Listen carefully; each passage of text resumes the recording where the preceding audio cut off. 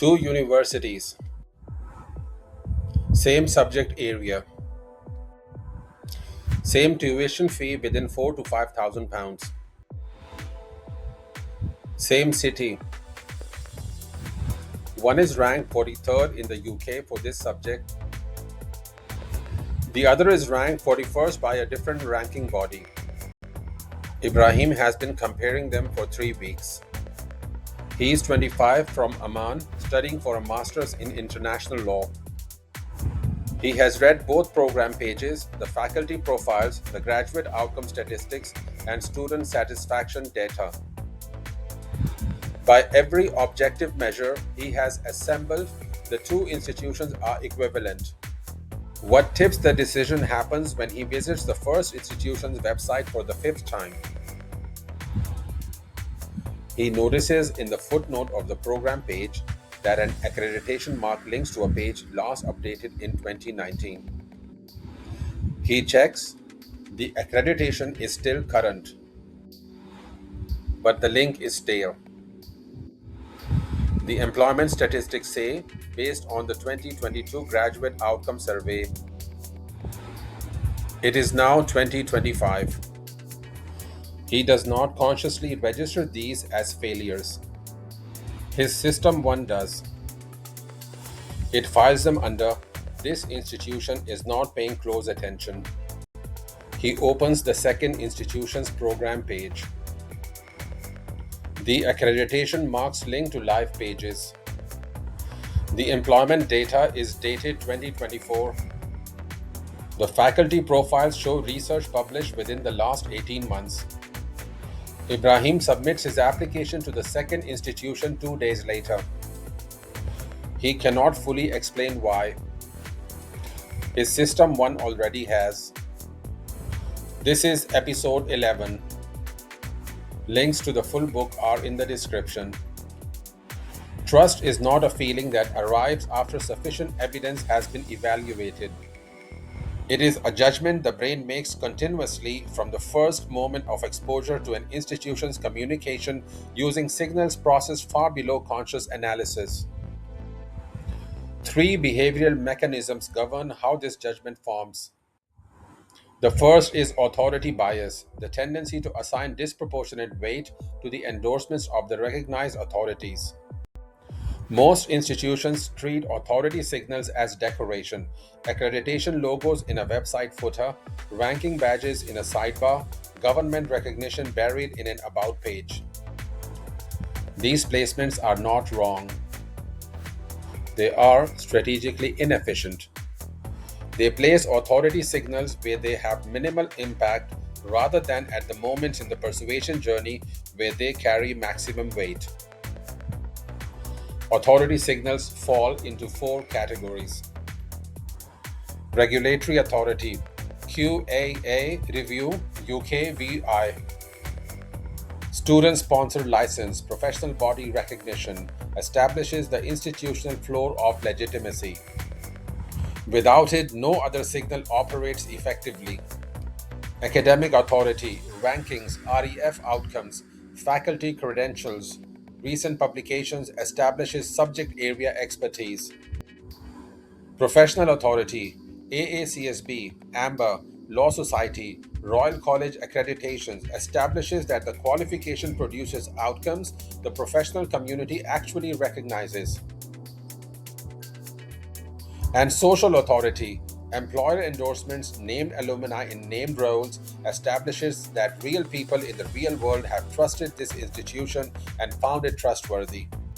The second mechanism is social proof, the tendency to evaluate a choice by reference to the choices of others similar to oneself. This is the most widely deployed and most frequently misapplied trust mechanism in higher education marketing. The misapplication is consistent. Institutions deploy testimonials and statistics too generic to generate the recognition response that makes social proof persuasive. The specificity requirement here is exacting. A testimonial that says, "My time at Hartfield changed my life. I would recommend it to anyone," is social proof in name only. It contains no verifiable detail. It speaks to no one specifically. Compare it to this. I came from Lagos with a 2:1 in economics and no prior law experience. I'm now at Allen and Overy's Johannesburg office. The LLM gave me the specific credential and the specific network that made that move possible. That testimonial works because it is specific enough to be believed, specific enough to be verified, and specific enough to speak directly to a prospective student from a similar background with similar aspirations. The rule is simple. If the testimonial or statistics could apply to any institution or any student, it provides no meaningful social proof at all. The third mechanism is the coherence signal, the cumulative impression of institutional competence built from small details, none individually decisive, all collectively determinative. Ibrahim's decision was not made by a single piece of information. It was made by accumulation, stale accreditation link, outdated employment data, absent recent publications. Each detail said, this institution is not paying close attention. Together, they said something more damaging. If they are not paying attention here, where else are they not paying attention? Microtrust failures are predictable and preventable. They fall into 5 categories: temporal staleness, employment statistics, satisfaction scores, faculty publications, or accreditation dates more than 18 months old without explanation. Broken links, accreditation logos that don't link, alumni profiles that 404, external validation links that redirect to a homepage. Institutional inconsistency, different statistics for the same metric on different pages, different descriptions of the same program across channels, faculty listed who no longer work at the institution. Generic language in high specificity contexts, outcome sections using phrases like the majority of graduates or leading employers without naming either.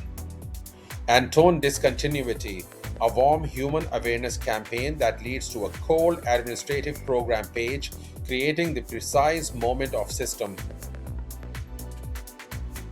One doubt at the worst possible point in the journey. The practical framework this chapter builds on is the Institutional Trust Audit, a structured review of every copy asset against 3 trust dimensions: authority signal placement, social proof specificity, and coherence maintenance. Authority signal placement asks, are the 4 authority types present?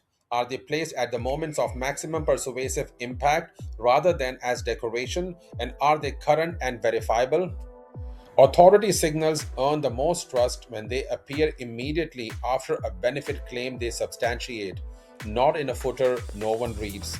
Social proof specificity asks, does each testimonial or statistics include enough specific, verifiable detail to generate a genuine recognition response? The minimum standard: named person, named origin, named outcome, named employer or role. Statistics must include source, date, and scope. Not 90% of graduates are employed, but 91% of graduates from the 2023 cohort were in graduate level employment within 6 months based on the HESA Graduate Outcome Survey. Coherence maintenance asks, are all copy assets factually consistent with each other? Are all links and references current? And does the emotional register remain consistent from the awareness stage through to the conversion point?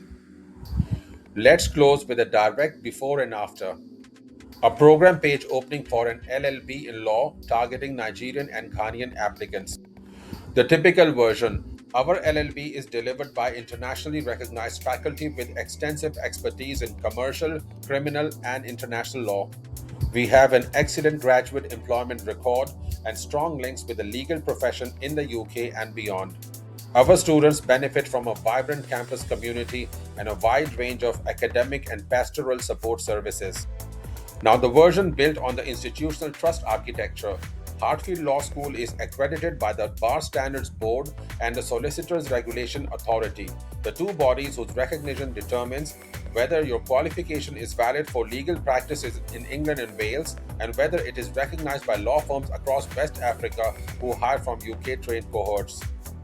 87% of our 2024 Nigerian and Ghanaian graduates, were in legal employment within 8 months based on the 2024 HESA Graduate Outcome Survey.